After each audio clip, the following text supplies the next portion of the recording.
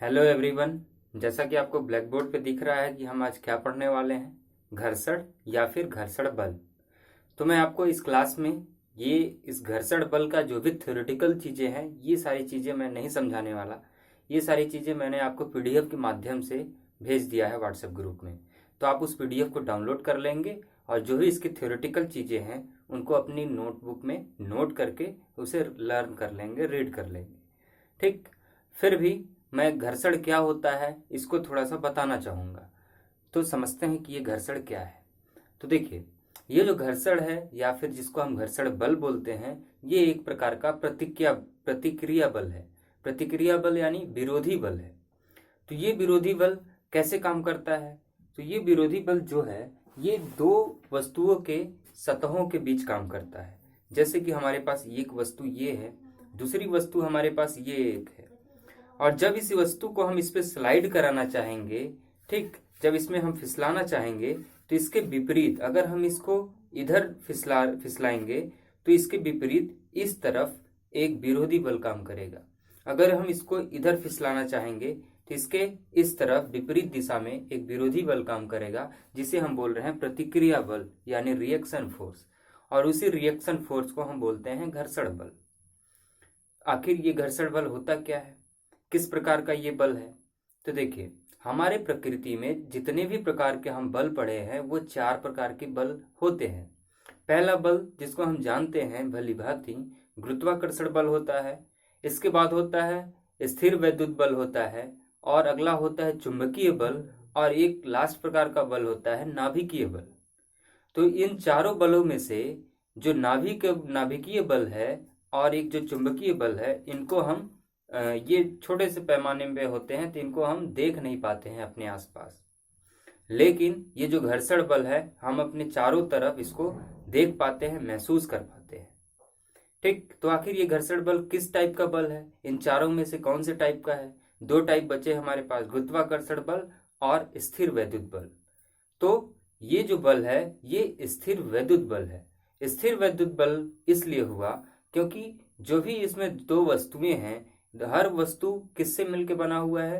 परमाणुओं से मिलकर बना हुआ है, एटम से मिलकर बना हुआ है। और हमने पढ़ा है कि हर एटम में इलेक्ट्रॉन्स प्रोटॉन मौजूद होते हैं। तो यही जब इलेक्ट्रॉन्स जब टूटते हैं तो वस्तु घर्षण में आती है। ठीक। कैसे? देखिए, हमारे पास एक वस्तु ये है, इसके पास कुछ न कुछ प्रोटॉन्स होंगे। प्रोटॉन्स यानी धन आवेश होंगे, चार्ज होगा, पॉजिटिव चार्ज होगा, और साथ में क्या होगा? इलेक्ट्रॉन्स होंगे यानी निगेटिव चार्ज होगा। ठीक। हमारे पास एक दूसरा वस्तु है, इसके पास भी निगेटिव पॉजिटिव यानी कि धन इलेक्ट्रॉन, धन आवेश तथा ऋण आवेश दोनों मौजूद होगा। ठीक। तो जब 2 वस्तुएं आपस में रगड़ खाती हैं, जैसे ही 2 वस्तुओं का आप फिसलाना स्टार्ट करेंगे तो होगा क्या? ये हमारे पास एक वस्तु है जिसके पास इलेक्ट्रॉन्स प्रोटॉन्स सब हैं, धन है, ऋण आवेश है। ये हमारे पास दूसरा है, और जब इसको गैप मिलेगा, अगर इसके पास जगह है, तो ये इस वस्तु का जो भी इलेक्ट्रॉन्स होंगे वो यहाँ इसमें चले जाएंगे, और ये क्या हो जाते हैं? आपस में इंटरलॉक हो जाते हैं। ये आपस में क्या हो जाएगा? बद्ध हो जाएगा। बद्ध हो जाएगा मतलब इसके जो इलेक्ट्रॉन्स थे, इसके इलेक्ट्रॉन्स इसमें जाके ऐसे फंस गए, तो ये इंटरलॉक हो गए, ये आपस में बद्ध हो गए, ये मूव नहीं कर सकता वस्तु। ठीक। तो मूव कब करेगा? तो जब भी मूव करता है वस्तु, तो हमेशा उसमें से जब इलेक्ट्रॉन्स टूट जाते हैं तो वस्तु में घर्षण होना स्टार्ट होगा और वस्तु मूव करना यानी गति करना प्रारंभ करती है। ठीक। मूव कैसे करेगी? तो ये जो इलेक्ट्रॉन्स हैं, होगा क्या?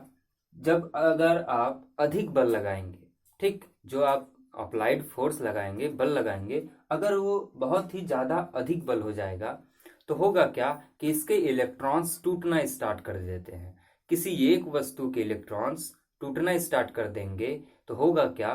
किसी एक वस्तु में धन आवेश की संख्या ज्यादा हो जाएगी और किसी दूसरे वस्तु में ऋण आवेश की संख्या ज्यादा हो जाती है। तो जब ऐसी कंडीशन बन जाती है जिसमें कि इलेक्ट्रॉन्स टूटने लगते हैं, तो जब इलेक्ट्रॉन्स टूटते हैं तो वस्तुओं के बीच में आपस में घर्षण होता है, और उस घर्षण के कारण फिर हमारी वस्तु गति में आती है। ठीक। और इसी चीज को, जो ये चीजें हो रही हैं, इसी को हमने एक नाम दिया घर्षण बल। हालांकि ये अगर पूछा जाए कि घर्षण बल किस प्रकार का बल है तो आप बताएंगे स्थिर वैद्युत बल है, और इसकी जो थ्योरी है पूरी, वो पूरा इलेक्ट्रॉन थ्योरी पे बेस्ड है। लेकिन इलेक्ट्रॉन थ्योरी के अगर हिसाब से हम इसको पढ़ेंगे तो ये बहुत ही कॉम्प्लिकेटेड हो जाएगा, काफी डीपली हो जाएगा। तो इलेक्ट्रॉन थ्योरी क्या होता है ये आप क्लास 12th में जब आएंगे तो इसको और अच्छे से पढ़ेंगे। ठीक, तो हमने क्या किया, हमने घर्षण बल को और अच्छे से समझने के लिए इस पे बहुत सारे एक्सपेरिमेंट किए और इसके हमने बहुत सारे नियम बना लिए। ठीक, तो नियम बना के हमने घर्षण बल क्या होता है ये हमने बताया। तो हमने ये देखा कि घर्षण बल जो भी होता है वो दो वस्तुओं के तलों के बीच होता है। ये वस्तु का एक तल है और दूसरी वस्तु हमारी ये है, इसके एक तल है, इसके बीच इसके सापेक्ष जब ये दोनों वस्तुएं आपस में सापेक्ष गति करेंगी, सापेक्ष मतलब फिसलेंगी, तभी इनमें क्या होगा, घर्षण बल काम करता है। ठीक, वस्तु को अगर हम इधर फिसलाते हैं तो घर्षण बल इसके विपरीत काम करता है, इसलिए ये एक प्रकार का प्रतिक्रिया बल हुआ, रिएक्शन फोर्स हुआ। ठीक, अगर आप इसको उठा देते हैं ऐसे, अगर मैं इसको ऐसे उठा रहा हूं तो क्या अभी इसमें घर्षण बल लग रहा है? तो हमारा आंसर है जब आप इसको ऐसे उठा रहे हैं तो इसमें कोई घर्षण बल काम नहीं कर रहा है। तो घर्षण बल के लिए यह जरूरी है कि वस्तुएं सापेक्ष गति करें, या तो इधर या तो इधर, ठीक, तभी लगता है। तो ये थी थ्योरी घर्षण बल की। अब बाकी आपको घर्षण के बारे में जितनी भी चीजें पढ़नी थी, घर्षण क्या होता है, ठीक, घर्षण के विशेषताएं क्या हैं, और साथ में घर्षण कितने प्रकार के होते हैं, ये सारी चीजें मैंने आपको पीडीएफ के माध्यम से हैंड रिटन नोट्स भेजा हुआ है, तो आप उसे नोट कर लेंगे। वो बहुत ही इंपॉर्टेंट है, उससे भी क्वेश्चंस, थ्योरेटिकल क्वेश्चंस आपको पूछे जाएंगे। ठीक, तो जो मुझे बताना है यहाँ पे मैं अब वो समझाने जा रहा हूँ।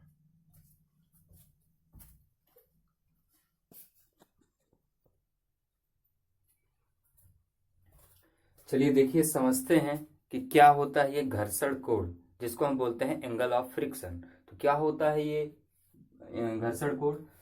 सीमांत घर्षण की अवस्था में अभिलंब प्रतिक्रिया तथा सीमांत घर्षण और अभिलंब प्रतिक्रिया के परिणामी के बीच बना कोण क्या कहलाता है? घर्षण कोण कहलाता है। तो ये जो कोण होता है जिसको हम थीटा से डिनोट करते हैं, ये क्या होता है, एक होता है प्रतिक्रिया, मतलब जो कि अभिलंब होगा, मतलब 90 डिग्री बनाएगा वस्तु की सतह से, इसलिए हम इसको बोल रहे हैं अभिलंब प्रतिक्रिया। ठीक, तो अभिलंब प्रतिक्रिया एक बल लगेगा और उसके साथ साथ जो एक और बल लगेगा जिसको हम बोल रहे हैं सीमांत घर्षण बल। ठीक, सीमांत घर्षण बल और अभिलंब प्रतिक्रिया का बल, इनके बीच हम एक रिजल्टेंट निकालेंगे, एक परिणामी निकालेंगे। तो उस परिणामी के और अभिलंब प्रतिक्रिया के बीच में जो थीटा कोण बनता है उसको हम बोलते हैं घर्षण कोण। ठीक, इतनी बात समझ में आई? तो इसको हम डायग्राम से बनाते हैं, आपको और अच्छे से समझ में आएगा। तो चलिए समझते हैं कि क्या होता है घर्षण कोण। हमारे पास एक वस्तु है, ये एक सतह है समझ लीजिए, या फिर एक वस्तु है, कुछ भी समझ लीजिए, ये हमने बनाया एक, इसी के ऊपर एक हमने एक बॉक्स रख दिया। ठीक, ये क्या है, हमारा एक बॉक्स है। ठीक, अब होगा क्या, जैसे ही हम यहाँ पे जो हम बात करें घर्षण, घर्षण कहाँ पे होगा, इनकी सतहें कहाँ है, हमारा एक वस्तु का सतह ये वाला ऊपर वाला, ये वस्तु हमने इस पे रख दिया, तो घर्षण कहाँ होगा, घर्षण इनके तलों के बीच होगा। तो यहाँ कहीं इनके बीच क्या हो रहा है, घर्षण होगा। ठीक, तो जब ये वस्तु यहाँ पे इस पे रखा हुआ है इस सतह पे, तो इसी वस्तु के ऊपर नीचे की तरफ एक बल काम करेगा, किसके कारण, गुरुत्वाकर्षण बल के कारण, जिसको हम बोलते हैं भार। ये उसको दबाना चाहेगा, दबाएगा ये इस सतह को, तो ये दबा के नीचे की ओर जाना चाहेगा, तो यहाँ पे एक बल काम करेगा जिसको हम बोलते हैं भार। और ये वाला बल किसकी वजह से लगता है, ये गुरुत्वाकर्षण की वजह से लगता है, इसलिए हम इसको बोलते हैं W बराबर mg। और ये क्या है हमारा W, ये एक भार है। ठीक, कि कितनी भार के साथ हमारी गुरुत्वाकर्षण यानी पृथ्वी अपनी ओर चीजों को खींच रही है। इसी के विपरीत, इसी के प्रतिक्रिया में एक बल ऊपर की ओर काम करेगा जो कि एकदम इसके विपरीत और बराबर होता है। ठीक, जितनी की बल के साथ ये पृथ्वी इसको नीचे की ओर खींच रही है, उतने ही बल के साथ ये जो हमारा सतह है जिस पे रखा हुआ है ये इसको प्रतिक्रिया देगा। ठीक, यहाँ पे इसने क्रिया किया, एक्शन हो रहा है ना, एक्शन हो रहा है यहाँ पे कि ये नीचे जाने की कोशिश कर रहा है, इसको प्रेस करेगा, ये दबाएगा। ठीक, तो ये जो हमारी सतह होगी ये चाहेगी, अपोज करेगी, अपना बचाव करेगी, विरोध करेगी, नहीं दबना चाहेगी। तो ये जब चाह रही है कि हम दबना नहीं चाह रहे हैं तो ये क्या करेगा, न्यूटन के नियम को फॉलो करेगा। हर क्रिया का एक प्रतिक्रिया होता है, तो ये इसको ऊपर की ओर भेजना चाहेगा, दबना नहीं चाहेगा। तो ये ऊपर की ओर भेजना चाहेगा, तो जितनी मात्रा में यहाँ पे एक बल काम कर रहा था जिसको हमने बोला भार, और mg होता है उसका मान, और उतनी ही बल में एक ऊपर की ओर विपरीत दिशा में बल लगेगा, प्रतिक्रिया बल, जिसको हम बोलेंगे r। ठीक, ये r क्या है, ये r अभिलंब प्रतिक्रिया है। अभिलंब यानी क्योंकि इसी सतह के एकदम 90 डिग्री बना रहा है, इसलिए हम इसको बोलते हैं अभिलंब प्रतिक्रिया। ठीक, यहां तक क्लियर। अब देखिए, अब इस वस्तु को हम चाह रहे हैं इस दिशा में खींचना, तो हमने एक बल लगाया F। ए एफ क्या है, हमारा लगाया हुआ बल है, लगाया गया बल है। हमने कुछ बल लगाया जिसको हम वस्तु को इधर खींचना चाह रहे हैं। तो जैसे ही हमने वस्तु को इधर खींचना चाहा तो यहाँ पे घर्षण होगा इस सतह पे, तो आप इधर लगा रहे हैं तो एक विरोधी बल काम करेगा, किस तरफ, इस तरफ, उसके विपरीत दिशा में। तो जब आप वस्तु को इधर खींच रहे हैं तो इसी के विपरीत ये सतह आपस में घर्षण करेंगी, तो यहाँ पे एक विरोधी बल काम करेगा जो इस दिशा में करेगा। ठीक, इस दिशा में, जिसको हम बोल रहे हैं एफ एस। ठीक, ये एफ एस क्या है, ये एफ एस को हम बोलते हैं स्थैतिक घर्षण। ठीक, तो ये एक चीज, यहाँ पे एक चीज और देखिए आप, यहाँ पे मैं लिखा हूं सीमांत घर्षण। सीमांत घर्षण की अवस्था क्या होती है, सीमांत घर्षण वो होता है, देखिए सबसे पहले तो आप ये समझ लीजिए कि स्थैतिक घर्षण क्या होता है, जिसको हम एफ एस से डिनोट कर रहे हैं। ठीक, ये क्या है हमारा, ये है स्थैतिक घर्षण एफ एस। ठीक,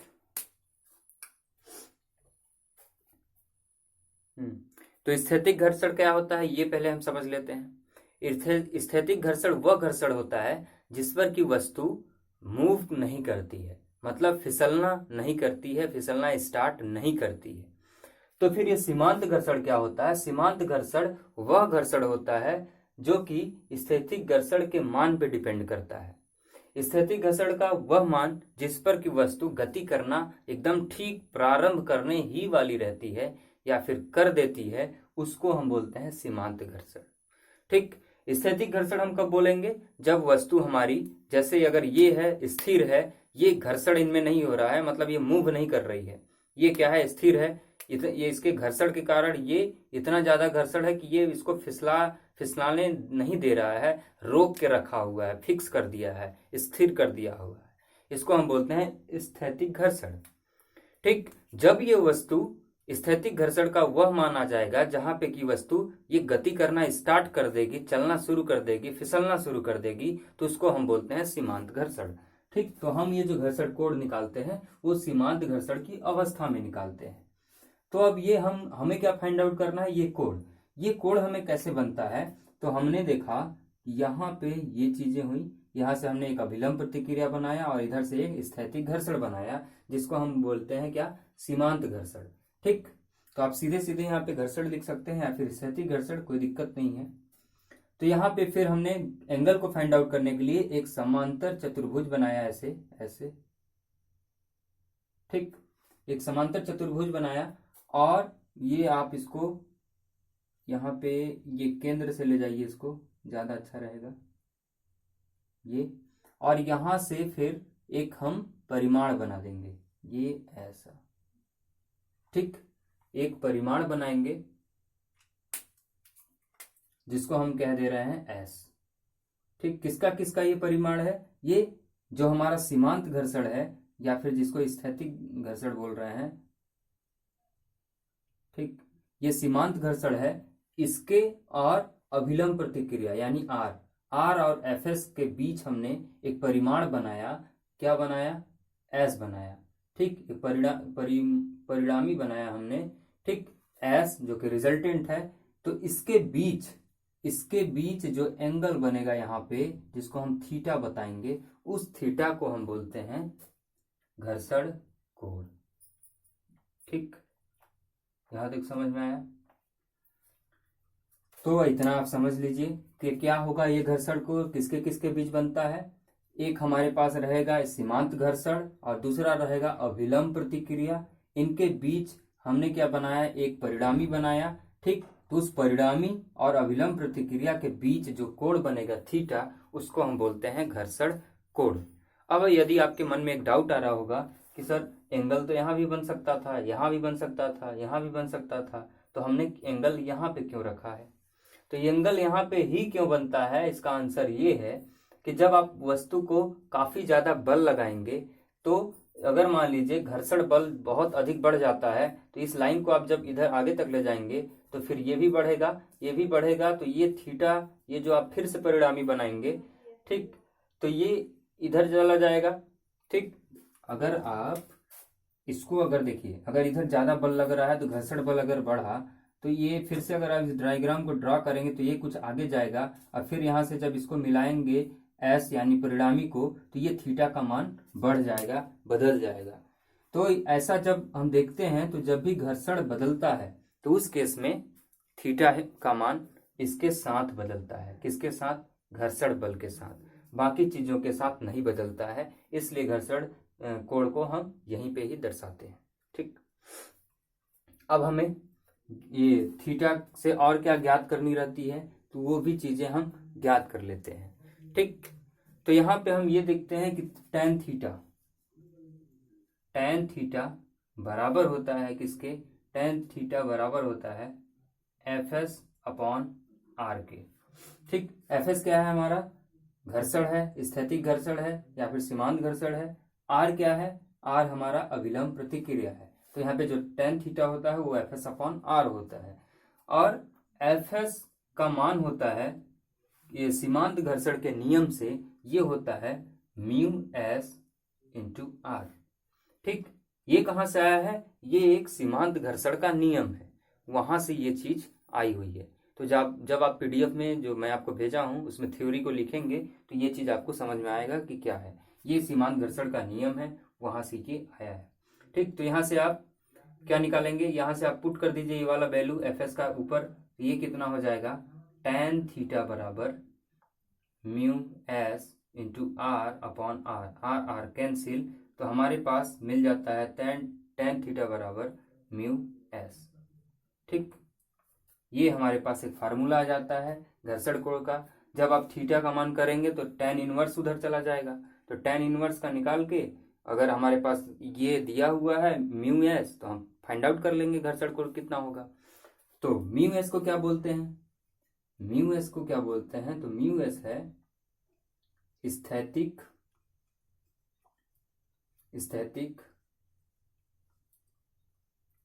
घर्षण गुणांक। म्यू एस को हम स्थैतिक घर्षण गुणांक बोलते हैं। तो ये सारी चीजें जो भी हम घर्षण कोण वगैरह पढ़ते हैं, इसी को फाइंड आउट करने के लिए पढ़ते हैं। किसको? स्थैतिक घर्षण गुणांक को। ये क्या होता है स्थैतिक घर्षण गुणांक? ये स्थैतिक घर्षण गुणांक हमारे जो भी वस्तुएं होती हैं, ये उसकी प्रकृति पर निर्भर करता है। ठीक, ये उस पर निर्भर करता है हमारी वस्तुओं की प्रकृति पे, कि हमारी वस्तु कैसी है, हमारी वस्तु क्या खुरदुरी है या फिर हमारी वस्तु क्या चिकनाहट है। ठीक, अगर ये भी जो हम पढ़ रहे हैं घर्षण गुणांक, इसका मान अगर अत्यधिक होगा, अधिक होता है, तो जो भी हमारी वस्तुएं होती हैं उस केस में जो भी यहाँ पे घर्षण होता है वो काफी कम होता है। ठीक, काफी कम होता है। अगर घर्षण कम होगा तो हमारी वस्तु गति नहीं कर सकती है। लेकिन यही जब घर्षण गुणांक किसी वस्तु का काफी कम होता है तो उस केस में घर्षण अधिक होता है, और जब घर्षण अधिक होता है तो फिर हमारी वस्तु गति में आ जाती है। ठीक, तो ये क्या है, जब भी पूछा जाएगा तो आप बताएंगे कि ये वस्तुओं की प्रकृति का हमारी जो भी वस्तुएं हैं उनकी प्रकृति पर निर्भर करता है, उनकी तलों पर निर्भर करता है कि वो तल उसके कैसे हैं, खुरदुरे हैं कि फिसलाहट है। अगर इसका मान काफी कम होता है तो वस्तुओं में घर्षण अधिक होता है, अगर इसका मान बहुत अधिक होता है तो घर्षण काफी कम होता है, जिसकी वजह से वस्तुओं में गति नहीं हो पाएंगी, वो फिसल नहीं पाती है। ठीक, तो ये था घर्षण कोण। आगे हमें पढ़ना है एक विराम कोण।